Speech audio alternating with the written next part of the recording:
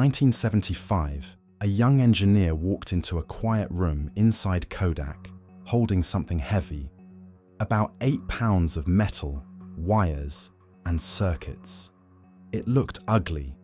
It looked slow. It looked like a toy a teenager would build in a basement. But this device did one thing that, in that room, in that company, in that exact year, was almost impossible to forgive. It took a photograph without film. For decades, people have told the Kodak story the same way. They say Kodak failed because it missed the digital revolution. They say it was blind, slow, stupid. But that story is wrong. Kodak did not miss the future. Kodak invented part of it. The future was already inside the building. The real question is darker. Why does a company kill the future when it is already holding it in its hands? Here is the sentence this entire video is built on. Kodak did not miss the future. It saw it and protected the past instead. That is the lens this channel is built around. Not just who invents the future, but which hidden systems decide whether the future is allowed to survive. To understand what happened, you have to understand what Kodak actually was. Most people think Kodak sold cameras. It did not. Cameras were the bait. The real business was everything that happened after you press the button. The film inside the camera, the chemicals to develop it, the paper to print it, the store on the corner where you brought your memories to be processed. Kodak was not a camera company. Kodak was the company that owned the ritual of remembering. Every birthday, every vacation, every Christmas morning, every photograph created a small economic loop. Buy the film, shoot the film, develop the film, print the photos, buy more film. That loop, repeated millions of times a day around the world, made Kodak one of the most profitable companies of the 20th century. The product was a camera, the system was a cycle, and the cycle never stopped turning. And then, in 1975, Steve Sasson walked into a Kodak lab carrying a machine that did not fit into the loop. His prototype weighed about 8 pounds. It captured a black and white image. It saved that image onto a cassette tape. It took roughly 23 seconds to record a single photograph. To show the picture, you had to plug it into a television. By any reasonable standard, this device was worse than the cameras Kodak already sold. But it had one feature that made it different from every camera in the building. It did not need film. This is something most people get wrong about disruption. They imagine the future arrives looking better, faster, cleaner, more obvious. It almost never does. The first version of the future usually looks worse than the perfected version of the past. It is slower, lower quality, awkward, unfinished, easy to laugh at. That is exactly why it slips through. Because by the time it stops looking like a toy, it has already replaced you. Imagine the room where Sasson showed the prototype. Executives in suits. A black and white image flickering on a television screen. 23 seconds of waiting. And then a question. A simple one. Where does the film go? There is no film. Where does the print go? There is no print. Where does the store fit in? It does not. Now look at this device again. It is not a camera. It is a question. And the question is uncomfortable. They were not failing to understand the device. They were understanding exactly what it might destroy. It is easy, 50 years later, to call these executives blind. But they were not blind. They were doing math. Their existing business was enormous. their factories, their labs, their global distribution, their store partnerships, their chemistry, their margins.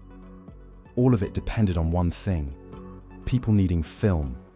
That new device did not need any of it. From inside Kodak, killing the film cycle to chase a slow, ugly digital camera was not bold strategy. It was self-sabotage. Their fear was rational. That is what makes the story tragic. Here is the part most people miss. Kodak's problem was never the invention. The invention was already theirs. The problem was the business model. The business model required film. The business model required printing. The business model required customers to come back again and again for the loop. A camera that broke the loop was not just a new product. It was an attack on the company's heart. The invention was harmless. The business model made it deadly. This is what people rarely talk about when they discuss disruption. Companies do not usually die because they are losing money. They die because they are still making money. The film business was profitable, deeply profitable.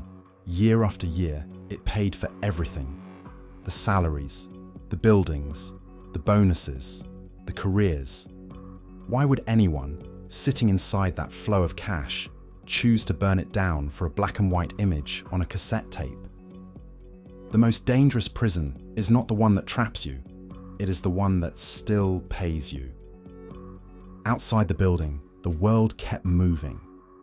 Other companies, electronics makers, camera makers, and eventually phone makers kept improving digital sensors. The pictures got sharper. The cameras got smaller. The waiting got shorter. The screens got better. Slowly, then steadily, then everywhere. The future does not knock and ask permission to enter. It just shows up later, no longer looking like a toy. A future you delay does not wait for you. It simply continues without you. This is where the story usually gets simplified and where the truth is more uncomfortable. Kodak was not asleep. The company had digital initiatives. It had patents. It had engineers working on the new world. But it tried to enter the future without leaving the past. It wanted digital products that still pushed customers toward printing. It wanted to be a film company that also did digital, instead of a digital company that used to do film. That difference is small in a sentence. It was catastrophic in practice. You cannot fully build the future while quietly asking it not to hurt your past. You cannot run toward the new world while one hand is gripping the old one. Inside Kodak, two identities were fighting: the company that wanted to lead photography and the company that needed film to survive. Both were honest. Both were rational. And together, they made the company slower than its competitors, smaller than its opportunity, and softer than its situation required. In January 2012, Kodak filed for Chapter 11 bankruptcy protection. The company that had defined photography for more than a century admitted that it could not pay its bills. But here is the strange part. People were not taking fewer photos. People were taking more photos than at any point in human history. The world had not lost interest in photography. It had simply moved where photography lived, from film to sensors, from prints to screens, from albums to phones, from chemistry to software. Kodak did not lose photography. Kodak lost where photography's value moved. Many people think Kodak vanished. It did not. The company still exists today. It works in commercial printing, packaging, manufacturing, and entertainment imaging. But the Kodak the world grew up with, the Kodak that lived inside drawers, vacations, weddings, and yellow boxes, that Kodak is gone. The ritual it owned moved into a small glass rectangle in your pocket. And the company that helped invent that future was no longer the company that got to ride it. And this is where the story stops being about Kodak. Because people do this too. Not just companies, people. You hold on to the job that used to fit, the identity that used to work, the skill that used to be enough, the relationship that used to make sense, the belief that used to feel solid. You see the new version of your life standing in the doorway. It is awkward, unfinished. It threatens the version of you that is currently being paid, currently being praised, currently being safe.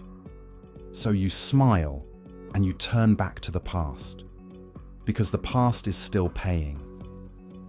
This is the part of the story that stays with you, if you let it. The future was visible. The incentive system made it inconvenient. That is the kind of thing this channel is built to notice. The system before the system becomes obvious. If this is the kind of lens you want to keep, the Elias principle is here. Not to make the world louder, to help you see what was already there. Go back to that 1975 room, the £8 prototype on the table, the black and white image flickering on the television, the 23 seconds of waiting. Kodak looked at that device and saw a problem for film. The world looked at it decades later and saw photography without limits. Same object, two completely different futures. The difference was not vision. Kodak had the vision. The difference was incentive. Kodak's incentive was to protect the thing already paying. And so, the future on the table was treated like a guest, not the new owner of the house. This is the lesson Kodak left behind. The future does not always arrive looking powerful. Sometimes it arrives looking inconvenient. It looks slow, ugly, unfinished. It threatens something you love, or something that feeds you, or something you have spent years becoming. And that is exactly why people ignore it. Kodak did not miss the future. Kodak saw it, recognized it, and let it walk out of the room because it was easier to keep selling the past while the past was still paying. The most dangerous future is not invisible. It is inconvenient.